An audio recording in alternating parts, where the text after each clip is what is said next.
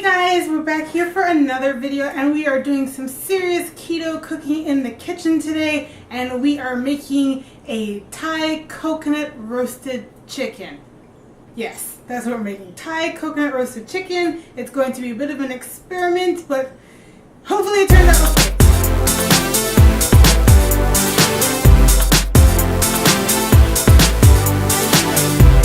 So far I have the oven preheating at 450 degrees and we're going to get ready to brown our chicken and do all that amazing stuff here on the stovetop. So I'll just show you what I've done already. So over here I just have some about 2.5 inches of ginger. I just sliced that up. A couple cloves of garlic. I have a piece of cinnamon bark here, and then we just need to get our lemongrass ready. So this is a stalk of lemongrass in case you've never seen it before. And I'm just going to chop it up because it's just going to boil in our cinnamon. So just give it a rough chop. There you go, got it.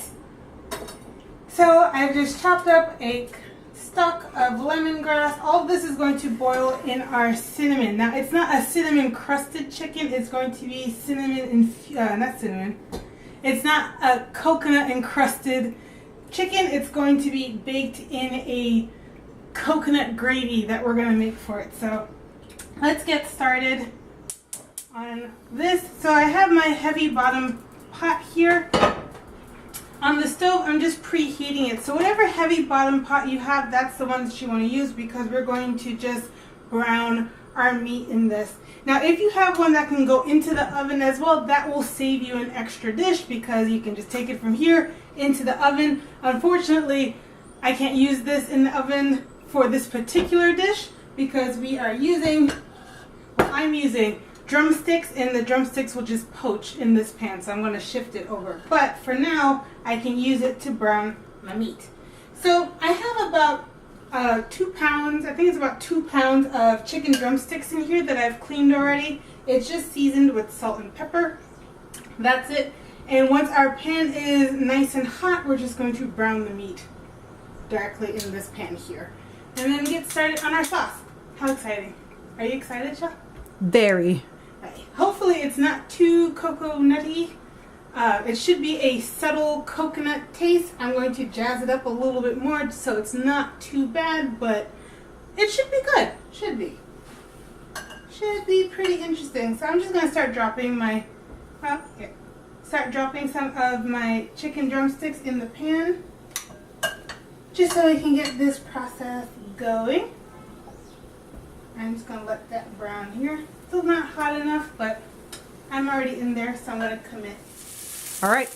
Okay, so I'm pulling out the last 2 of the drumsticks that we've browned here. Turn the pot down as well one time. Let's take a look. It's a tight squeeze, but we're fitting in here very well. Yeah, just get to know one another. So you just gave the chicken some color. Yeah, just getting some color, render off some of the fat. So we've got some burned, we've got some charred, not burned, but charred chicken skin in here, some chicken fat also going on in here. So I've just turned down the pan to low. And because chicken legs, it's not going to give you a ton of fat. The original recipe was actually for a whole chicken, but I didn't have a whole chicken, so we're not using that. And I just added like a teaspoon of some ghee here, grass-fed ghee.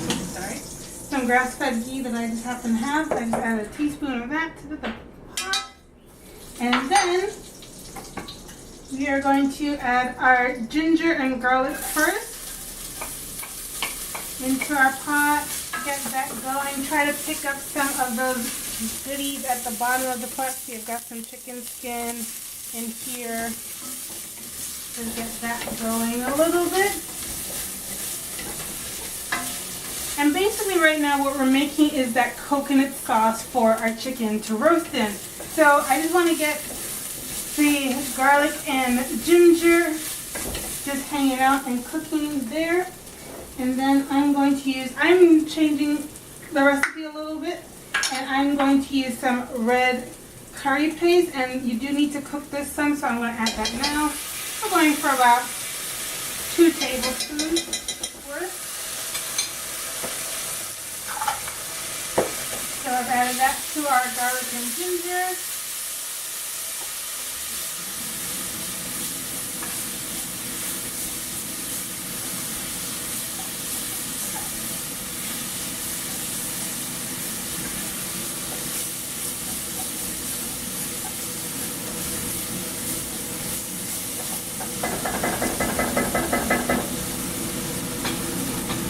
And to that, I'm going to add 1 can of coconut milk. Whew. That curry paste is really coming at me.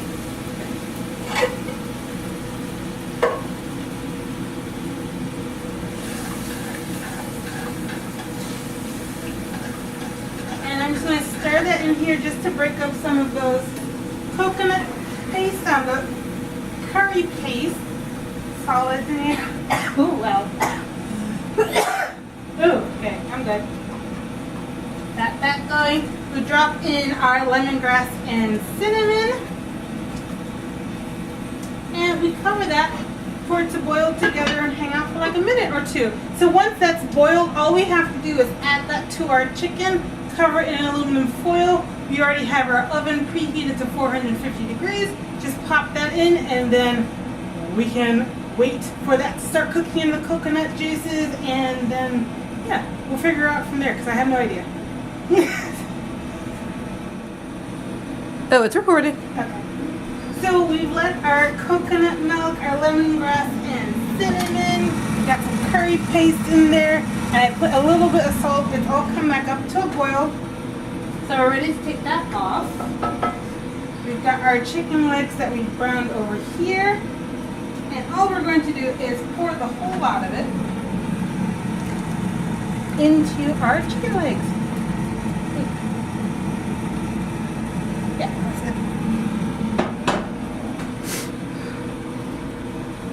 So it's all there. Just want to make sure that we're all inside in. And then just take a bit of foil. Now if you have a pan that can go directly into the oven, then you obviously can skip this step. All you would do is add your chicken back to your sauce and then put it with the lid back into the oven. But since my pan is too large to do the drumsticks, I'm just going to seal it up pretty tight with some foil and pop it into the oven for about 35 minutes covered.